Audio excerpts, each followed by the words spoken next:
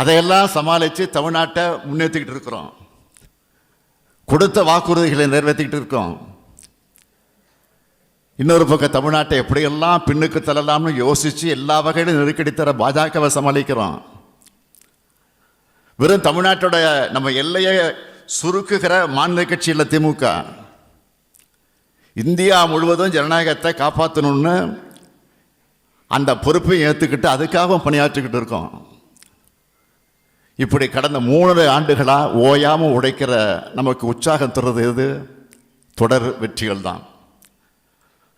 அந்த வெற்றிக்கு காரணம் தமிழ்நாட்டு மக்களும் நம்முடைய கூட்டணி கட்சி தோழர்களும் தான். 2019 கூட்டணியாக சேர்ந்தோம், கொள்கை கூட்டணியாக சேர்ந்தோம். சாதாரண கூட்டணியாக அல்ல, கொள்கை கூட்டணியாகவே சேர்ந்தோம். தொடர்ந்து நடந்த சட்டமன்ற தேர்தல், உள்ளாட்சி தேர்தல்கள், நாடாளுமன்ற தேர்தல்கள் எல்லாத்துலேயும் வெற்றி தான். இந்த வெற்றிகள் மூலமாக என்ன செய்கிறோம்? நாடு, நாட்டு மக்கள், நாட்டினுடைய பன்முகத்தன்மை, நம் மொழி, பண்பாடு, மதச்சார்பின்மை இவற்றை பாதுகாக்கும் அரசியலமைப்பு சட்டம், இதையெல்லாம் காக்கக்கூடிய ஜனநாயகம்னா தொடர்ந்து செயல்படுறோம். அதனால தான் இந்த கொள்கை கூட்டணிக்கு எதிராக பலரும் அரசியல் கணக்கு போடுறாங்க.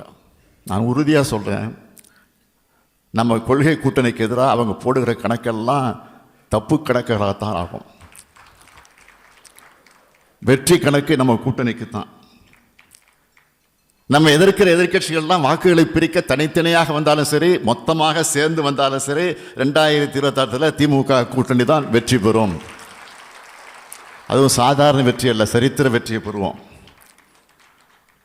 தலைவரே சொல்லிட்டாரு, வெற்றியை சொல்லவா வந்துடும், யாரும் மெத்தனமாக இருந்துடக்கூடாது.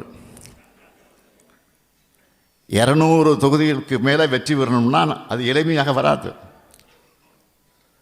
அதுக்கு இங்கே இருக்க எல்லோரும் உறுதி எடுத்துக்கணும். 200 தொகுதியில் என்னுடைய சட்டமன்ற தொகுதி முதலாவதாக இருக்கணும். என் தொகுதி தான் அதிக லீடிங் தொகுதியாக வரணும்.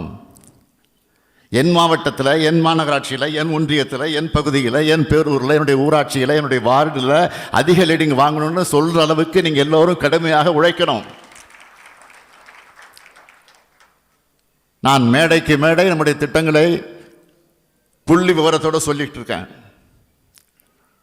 மக்களுக்கு தெரியுமேனே எடுத்து சொல்லாமல் நம்ம அமைதியாக இருந்துடக்கூடாது, அமைதியாக இருக்கவும் கூடாது, தொடர்ந்து பேசணும். நமக்கு எதிராக நம்முடைய எதிரிகளை பயன்படுத்துகிற முக்கியமான ஆயுதம் பொய் செய்திகள், அவதூறுகள். இதற்கு எதிரான நம்முடைய ஆயுதம் நம்முடைய ஆட்சியோட சாதனைகளும் நம்முடைய கொள்கைகளும் தான். நம்ம சாதனைகளை தமிழ்நாட்டில் இருக்கக்கூடிய ஒவ்வொருத்தருடைய உள்ளத்திலே தொடர மாதிரி உங்கள் ஸ்டைலில் சொல்லுங்க. களப்பணிக்கு, கழகப்பணிக்கு, வெற்றி பணிக்கு தொண்டர்களை தயார்படுத்த வேண்டிய பணி செயற்குழு உறுப்பினராக இருக்கக்கூடிய நீங்கள் இன்றைக்கே தொடங்கணும். 75 ஆண்டுகள் கடந்து விட்டு நம்ம இயக்கத்தை 7வது முறையாக ஆட்சி பொறுப்பேற்க உறுதி எடுத்துக்குங்க. வரலாற்றோட முக்கியமான காலகட்டத்தில் நாம் 2026 சட்டமன்ற தேர்தலை எதிர்கொள்ள போகிறோம். பொய் பரப்புரைகள், அவதூறுகளை புறந்தள்ளி நாடாளுமன்ற தேர்தலில் நம்ம மக்கள் நமக்கு பெரிய வெற்றி வழங்கியிருக்கிறாங்க. அரசியல் சட்டத்தை மாற்றணும்னு துடிச்சவங்களுக்கு இந்தியா கூட்டணி மூலம் ஜனநாயக கடிவாளம் போட்டிருக்கிறோம். அதுதான் நம்ம இயக்கத்துக்கு உங்களுக்கு இருக்கக்கூடிய பெருமை. அடுத்த கொஞ்ச நாளில் எதிர்கட்சி தலைவர் இப்போ என்ன பேசிகிட்டு இருக்காரு? கொஞ்ச நாளாக எதிர்கட்சி தலைவர் பழனிசாமி என்ன பேசுகிறாரு? 1% வாக்கு கணக்கு சொல்லிக்கிட்டு இருக்கார். இப்போ அம்மையார் ஜெயலலிதா சொத்துக்குப்பு வழக்கில் திருவாளர் குமாரசாமி போட்ட கணக்கை மிஞ்சுகிற மாதிரி அது இருக்கு. காத்துல கணக்கு போட்டு கற்பனைகளை கோட்டை கட்டும் பழனிசாமி கடந்த 2024 நாடாளுமன்ற தேர்தலில் அதிமுக வாக்கு 1% உயர்ந்திருக்குன்னு உளறி இருக்கார். இல்லாததை இருப்பது போல ஊதி பெருக்கி காட்டுவது பழனிசாமிக்கு கைவந்த கலை தான். 2019 நாடாளுமன்ற தேர்தலில் 20 தொகுதியில் போட்டியிட்ட அதிமுக 19.4 விழுக்காடு வாக்குகளை வாங்குச்சு. இதுவே 2024 நாடாளுமன்ற தேர்தலில் 34 தொகுதியில் போட்டியிட்டும் வெறும்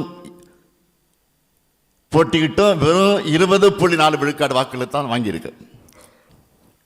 அது நமக்கு ஒருபோதும் கிடைக்காது. இது இன்று நேற்றல்ல, 75 வருஷமா நாம் எதிர்கொள்கிற சவால். அந்த சவாலையும் சாதனையாக்கி இருக்கக்கூடிய இயக்கம்தான் இந்த இயக்கம்.